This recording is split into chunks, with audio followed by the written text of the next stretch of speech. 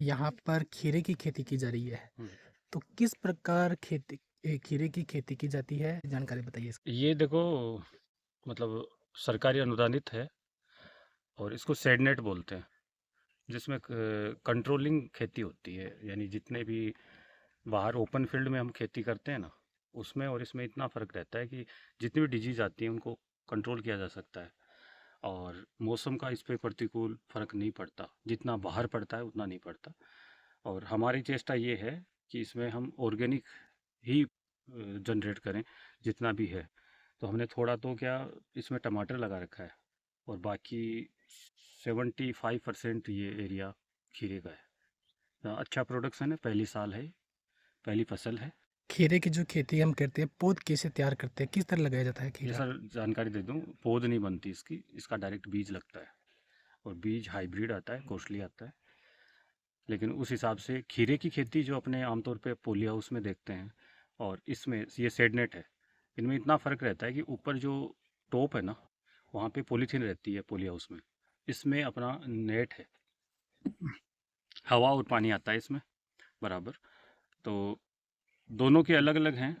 उसकी सर्दियों की फसल है वो अच्छी होती है, इसमें बरसात की फसल है वो नहीं होती।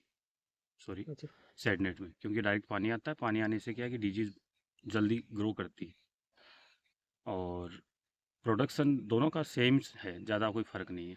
वो अपनी मेहनत और समझदारी, इसकी जानकारी जितनी हम गेन कर सकें उसके हिसाब से हम अच्छा मुनाफा ले सकते मई का महीना चल रहा है, गर्मी भी बहुत तेज़ हैं। है। हाँ, और कितने दिन में तैयार हो जाती है खीरे की खेती? अमूमन सर ये बीज लगाने के 1 महीने बाद या 45 दिन बाद स्टार्ट हो जाता है प्रोडक्शन।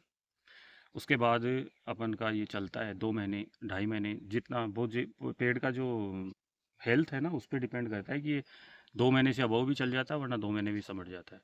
मुख्य तो रूप से इसमें जो खीरे में जो आती है ना डिजीज़, वो होता है एक तो अपना लाल मकड़ी जिसको बोलते हैं, एक होता है सफ़ेद मच्छर और एक जो होता है वो होता है अपनी जड़ों का जड़ गांठ बोलते हैं इसको।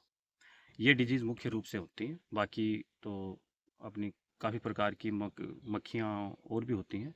लेकिन ये कंट्रोल अगर टाइम पे स्प्रे हो जाए और टाइम पे इसकी देख रेख रहे, रोग को पहचान सकें उसके हिसाब से इसका ट्रीटमेंट कर लें, तब ये अच्छा प्रोडक्शन देता है।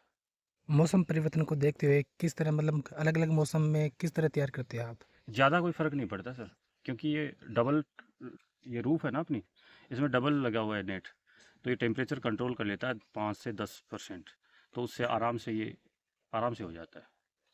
लगभग कितने बीघा में अभी तक आपने ये तैयार किया है खीरे की खेती? ये 4 बीघा का है, 4000 स्क्वायर मीटर है और इससे छोटा भी बनता है जो 2000 स्क्वायर मीटर में बनता है। गवर्नमेंट, पिछली गवर्नमेंट भी इसमें अच्छा अनुदान दे रखा है। वैसे तो ये 70% है अनुदान, लेकिन टॉप अप डाल रखा है स्टेट गवर्नमेंट ने 25% का, तो ये 95% गवर्नमेंट देती है, बाकी 5% किसान का लगता है, जो नाम का सही। कुछ लोगों में ये भी भ्रांति है कि जैसे यहाँ पॉली हाउस होते हैं उनमें जैसे दवाइयों का बहुत ज़्यादा यूज़ होता है। सर भ्रांतियों का कुछ नहीं कर सकते। देखो ऐसा है, अभी मार्केट में तरबूज है, हाँ। लोग कहते हैं इसमें इंजेक्शन भर के लाल करते हैं। हुँ। ऐसा एक किसान कितने इंजेक्शन लाएगा, कितनी दवाई लाएगा, एक एक फल को नहीं दे, पॉसिबल ही नहीं है वो एक एक फल को आप, क्योंकि वो तो नेचुरल बीज ऐसे आ गए, तो उनका टाइम रहता है कि 45 दिन बाद में अपने आप वो लाल हो जाएगा। अब रही बात उसमें पोषण की, तो अच्छी क्वालिटी की खाद वगैरह यूज़ लेगा किसान तो आराम से वो प्रोडक्शन देगा। ये इतना ज़रूर है कि पेस्टिसाइड जो रासायनिक खाद हैं, ये जो रासायनिक दवाइयाँ हैं, उनसे हम भी परहेज़ करते हैं। हमने खुद ने बना रखा है कीटनाशक देसी चीज़ों से, अच्छा। तो उसका स्प्रे करते हैं। और मैं स्वीकारता हूँ, इतना नहीं कि जो अपने बायो फर्टिलाइज़र होते हैं वो यूज़ हमने किए हैं, वो भी नाम के। और ये पहली जो अपनी फसल थी इसमें इतनी ज़रूरत भी नहीं थी, क्योंकि डिजीज़ आगे बनेंगी, क्योंकि ये बंद रहता है, हाँ, हाँ। डायरेक्ट सनलाइट नहीं पड़ती, तो ज़मीन को डायरेक्ट सनलाइट की ज़रूरत पड़ती है। तो धीरे धीरे 2-4 फसलें हो जाएंगी, तो उसके बाद इसमें डिजीज़ अपने आप पैदा हो जाएंगी। खेती के बारे में जानकारी जानना चाहे और आपसे खरीदारी करना चाहिए, तो कैसे आपसे संपर्क करें? देखो हमारा जो प्रोडक्ट है, ये जो प्रोडक्शन है वो ज़्यादातर तो मंडी में जाता है और उसके बाद हमने एक चैनल खुद का बनाने का विचार कर रखा है। तो एक स्टॉल तो हमने ओपन कर दी, अपनी नर्सरी है गोठड़ा मोड़ पे, झाझड़ में गोठड़ा मोड़ पे नर्सरी है, वहीं स्टॉल लगा दी, क्या नाम से nursery? Surya hitech nursery Jhajhar. और उसमें क्या है कि ऐसी स्टॉलें हम नवलगढ़ के आसपास भी 2-4 लगाने की सोच रहे हैं, जिससे हमारा और हमारे जैसे और किसान जो हमसे जुड़ते हैं, जो कम से कम क्या टोटल ही ऑर्गेनिक हो, उनका माल हम लेने के लिए तैयार हैं और वो अपनी स्टॉलों पे बेच लेंगे। ऐसा कुछ आगे रख रखा है जो समय पे आगे लागू हो जाएगा। से कोई संपर्क करना चाहे तो हमारे जो मोबाइल नंबर है वो है 9982 500 406।